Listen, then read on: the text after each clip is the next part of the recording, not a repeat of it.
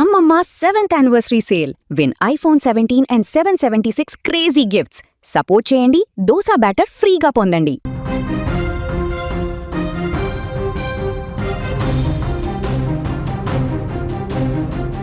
ప్రేమ ఈ రెండక్షరాల పదం కొందరి జీవితాల్లో ఎన్నో రంగులు నింపితే మరికొందరి జీవితాలను ఊహించని విషాదంలోకి నెట్టేస్తోంది. ఒకరిని ఒకరు ప్రాణంగా ప్రేమించారు, కలిసి బతకాలని కలలు కన్నారు. కానీ విధి ఆడిన వింత నాటకంలో ఆ ఇద్దరి కలలు అర్ధాంతరంగా ముగిసిపోయాయి. ఒకరు మనస్తాపంతో తలూచాలిస్తే ఆ వియోగాన్ని తట్టుకోలేక ఆమెను పూడ్చిన సమాధి వద్దే భర్త కూడా ప్రాణాలు విడిచాడు. బతికినా చచ్చినా నీతోనే అనుకున్నారో ఏమో, చావులోనూ ఆ జంట విడిపోలేదు. చిత్తూరు జిల్లాలో జరిగిన ఈ హృదయ విదారక సంఘటన కలిచివేస్తోంది.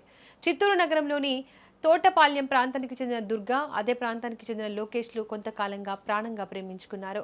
ఒకరిని విడిచి ఒకరు ఉండలేనంతగా పెరిగిన ఆ బంధాన్ని పెళ్లిపీటల వరకు తీసుకెళ్లారు. సరిగ్గా సంవత్సరం క్రితం పెద్దలకు తెలియకుండా ప్రేమ వివాహం చేసుకున్నారు. అయితే పెళ్లి సమయానికి అమ్మాయి మైనర్ కావడంతో ఇరువైపుల బంధువులు పెద్దలు రంగంలోకి దిగారు. చట్టపరమైన సమస్యలు వస్తాయని, వయసు వచ్చే వరకు వేచి ఉండాలని వారికి నచ్చజెప్పారు. ప్రస్తుతానికి ఎవరి ఇంటికి వారిని పంపించేశారు. అయితే రోజులు గడుస్తున్నాయి, కానీ వారి మనసులు మాత్రం ఒకరి కోసం ఒకరు తప్పించిపోతూనే ఉన్నాయి. ఈ క్రమంలోనే ఈ నెల 16వ తేదీన దుర్గా త్వరగా వచ్చి తనను తీసుకెళ్లాలని, ఇద్దరం కలిసి బతుకుదామని లోకేష్ పై పట్టుబట్టింది. అయితే లోకేష్ చట్టపరమైన విషయాల వల్ల లేదా మరేదైనా కారణమై చేతను ఆ సమయంలో కాస్త ఉదాసీనంగా ఉన్నాడు. దుర్గా మాటలను అంత సీరియస్ గా తీసుకోలేకపోయాడు. కానీ ఆ క్షణంలో లోకేష్ చూపించిన చిన్న నిర్లక్ష్యం దుర్గా మనసును తీవ్రంగా గాయపరిచింది. తను ప్రాణంగా నమ్మినవాడే తనను నిర్లక్ష్యం చేశాడనే బాధో లేదా ఇతర కారణమో కానీ తీవ్ర మనస్తాపానికి గురైన దుర్గా మరుసటి రోజు అంటే జూన్ 17వ తేదీన ఇంట్లో ఎవరు లేని సమయంలో ఆత్మహత్య చేసుకుంది.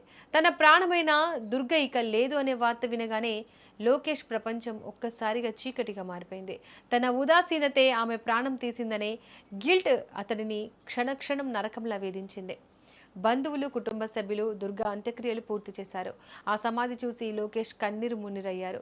ఆమె లేని జీవితాన్ని ఊహించుకోలేకపోయాడు. దుర్గ చనిపోయిన 3 రోజుల తర్వాత అంటే జూన్ 20వ తేదీన లోకేష్ ఒక ఘోరమైన నిర్ణయం తీసుకున్నాడు. దుర్గకు అంత్యక్రియలు నిర్వహించిన శ్మశాన వాటికకు వెళ్ళాడు. ఆమె సమాధి పక్కనే బలవన్మరణానికి పాల్పడ్డాడు. చనిపోయే క్షణంలో కూడా ఆమె సమాధిని చూస్తూ ప్రాణాలు విడిచాడు లోకేష్. ఈ దారుణ సంఘటనపై చిత్తూరు 2 టౌన్ పోలీసులు కేసు నమోదు చేసి దర్యాప్తు ప్రారంభించారు. ఈ 2 ఆత్మహత్యలు ఆ 2 కుటుంబాల్లో ఎన్నటికీ తీరని శోకాన్ని మిగిల్చాయి.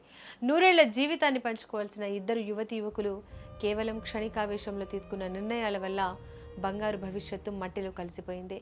ప్రేమించడం ఎంత ముఖ్యమో ఒకరినొకరు అర్థం చేసుకోవడం, కష్ట సమయాల్లో ఓపికగా ఉండడం కూడా అంతే ముఖ్యం.